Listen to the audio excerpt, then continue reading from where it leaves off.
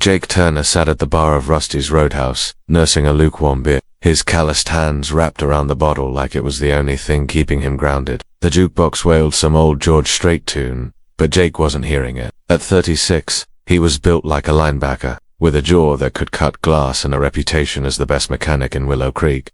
Jake felt it now, and it wasn't just Lila. She texted at 2 a.m., staying at Mum's, need space.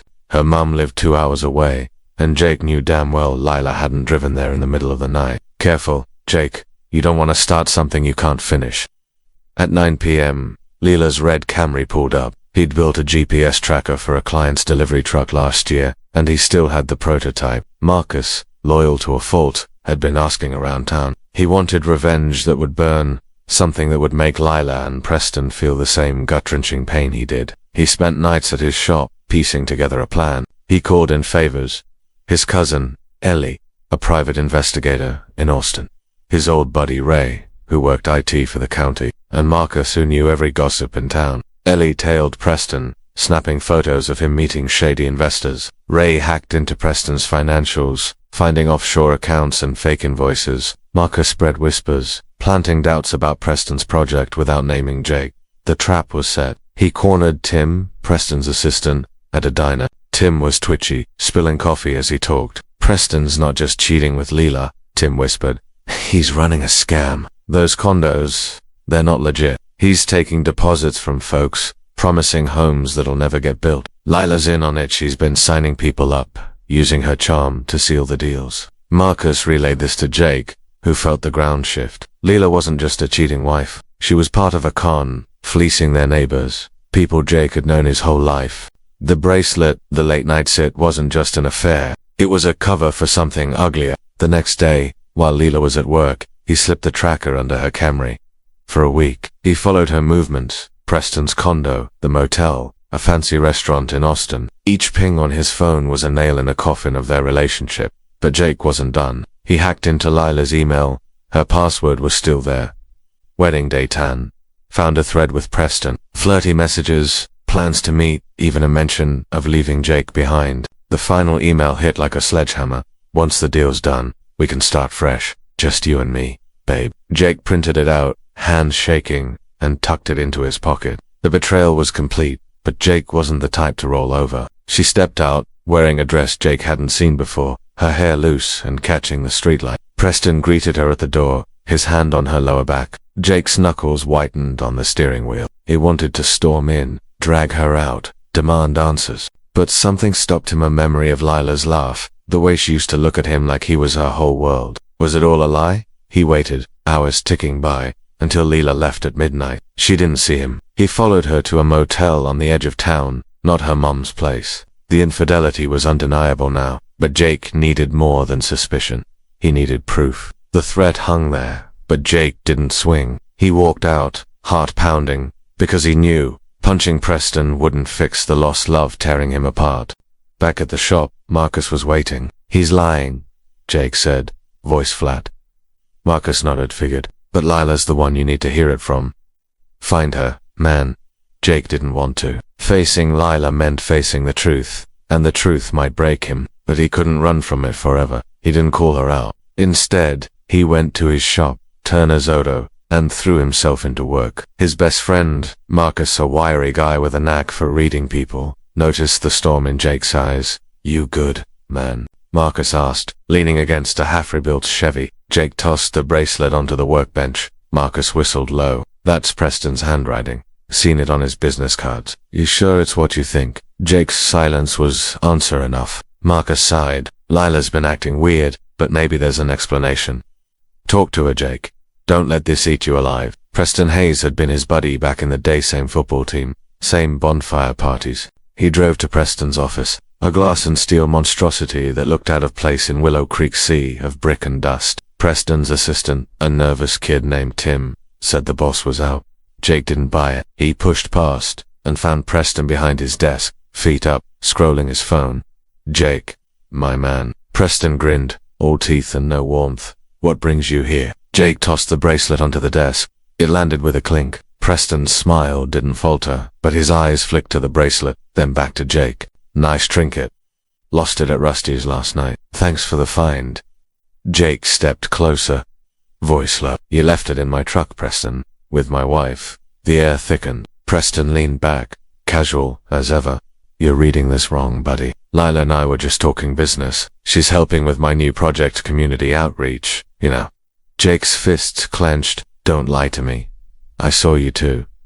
I know what cheating looks like. They drifted apart when Preston went off to college and came back with a fancy degree and fancier attitude. Now, Preston was building condos on the edge of town, schmoozing locals, and apparently charming Jake's wife. The relationship Jake thought he had with Lila built on late-night talks, shared dreams, and promises was crumbling. He slammed the hood shut, the sound echoing like a gunshot. Back inside, he didn't look at the booth. He didn't need to. The bracelet burned a hole in his pocket, and the word cheating looped in his head like a bad song. He'd fixed every truck, tractor, and motorcycle in this dusty Texas town, and folks trusted him with their lives.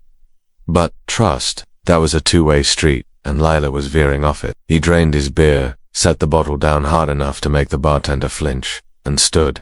The bar went quiet. Everyone knew Jake's temper slowed a spark, but a wildfire once it caught. He didn't head for the booth, though. Not yet.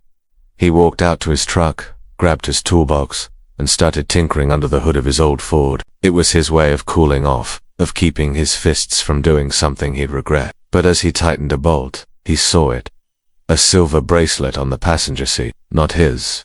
Not Lila's style. Either too flashy, too expensive. Engraved on the inside. To my muse, P.H. Jake's vision went red. Betrayal wasn't just a word now. It was a blade in his chest. His eyes were locked on the corner booth, where his wife of 10 years, Lila, leaned too close to a slick-looking guy in a tailored suit. The guy Preston Hayes, some hotshot real estate developer who'd been sniffing around town for months, had his hand on Lila's arm. His laugh too loud, her smile too bright. Jake's gut churned. He'd heard the whispers. Cheating wife, infidelity, Lila's stepping out. He didn't want to believe it. Lila was his high school sweetheart, the girl who'd stuck by him through lean years, who'd patched him up after bar fights, who'd cried with him when they buried their first dog. But lately, she'd been distant late nights, vague excuses, perfume he didn't recognize. Now, here she was, giggling with Preston like Jake didn't exist.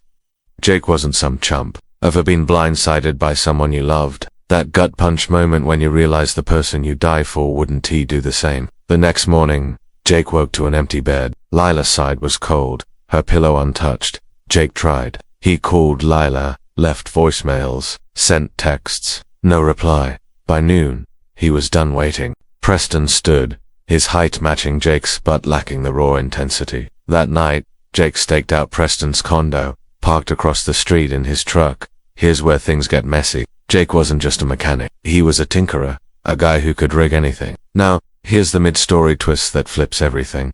Jake wasn't the only one digging. Jake's first instinct was to go public, expose them both, but that wouldn't hit hard enough. The annual Willow Creek Fair was the perfect stage. Preston was slated to give a speech, hyping his condo development to a crowd of potential buyers. Lila would be there, playing the perfect partner, charming folks into signing contracts. Preston stammered, his charm crumbling. Lila froze, her face pale as she realized the trap. You're not going to believe this, she said.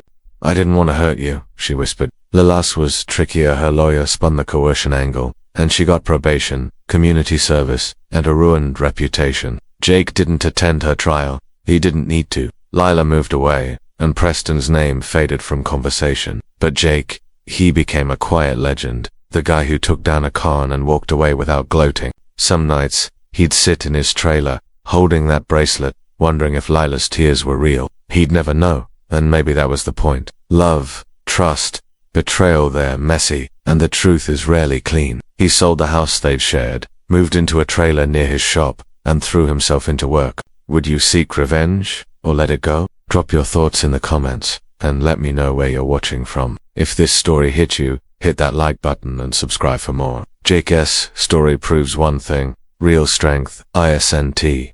In the punch, you throw it. S in the life you build after the world tries to break you. But the story didn't end there. A year later, a letter arrived, no return address. Inside, a single page in Lila's handwriting. I loved you, Jake. I still do. I was weak, and I'll pay for it forever. Forgive me, even if you can't forget. Clipped to it was a checker share of the house sale, every cent she'd gotten. Jake burned the letter but kept the check, donating it to the Willow Creek Fair to fund next year's event. It wasn't forgiveness, but it was closure. Preston made me feel like I had no choice. I thought I was protecting us. Marcus confessed one night over beers that he'd known about Lila's past shoplifting charge and hadn't he told Jake, thinking it wasn't his place. Jake didn't punch him, didn't yell. He just nodded, because sometimes silence hurts more than words. The revenge Jake got wasn't just against Lila and Preston. It was against the lies that had poisoned his life. He rebuilt, slowly. His shop thrived, and he started mentoring kids in town, teaching them to fix engines and believe in second chances. He never dated again. Not yet, but he smiled more. The relationship he'd lost wasn't just with Lila, was with the version of himself who trusted blindly. He was wiser now, harder, but still, Jake. Jake wanted to believe her, but the bracelet, the emails, the dress she wore for Preston, they haunted him. You could have told me, he said. You chose him over me. Lila sobbed, but Jake walked away. The betrayal was too deep, the wounds too raw. Lila's claiming she was coerced, says Preston blackmailed her into the scam, threatened to ruin her if she didn't play along. Jake didn't buy it, not at first. But then Ellie sent him a file. Text messages from Preston to Lila, threatening to expose her past.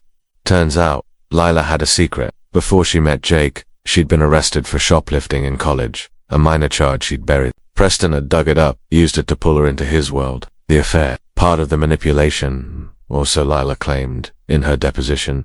Jake's head spun. Was she a victim or a liar? Did the lost love he mourned never exist? Jake stepped forward, not to gloat, but to hand the sheriff a folder Ellie's photos, raise financials, everything.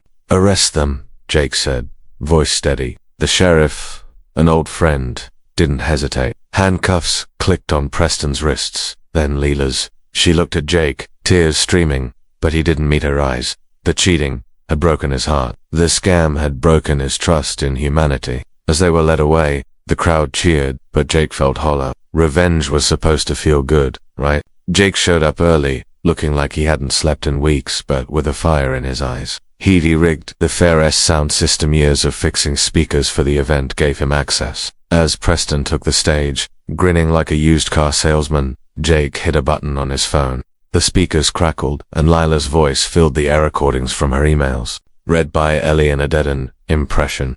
Once the deal's done, we can start fresh. Just you and me, babe. The crowd gasped. Then came Tim's voice, a recording Marcus had gotten. Preston is taking deposits for condos that Dante exists. Lila's helping him. Photos flashed on the fair's big screen. Preston with shady investors. Lila handing out fake contracts, bank statements showing their scam. The crowd turned ugly fast. People who'd put down deposits shouted, demanding answers. Here's where it gets crazier. A week later, Jake got a call from Ellie. He visited Lila in county lockup. Against his better judgment, she looked small, her spark gone. Preston's trial came first. The evidence was airtight, and he got 7 years for fraud. The final twist. Jake wasn't alone in his pain. Willow Creek moved on. The condo scam became a cautionary tale, and the fair got bigger, funded by Jake's donation. What would you do if you found out your partner was cheating?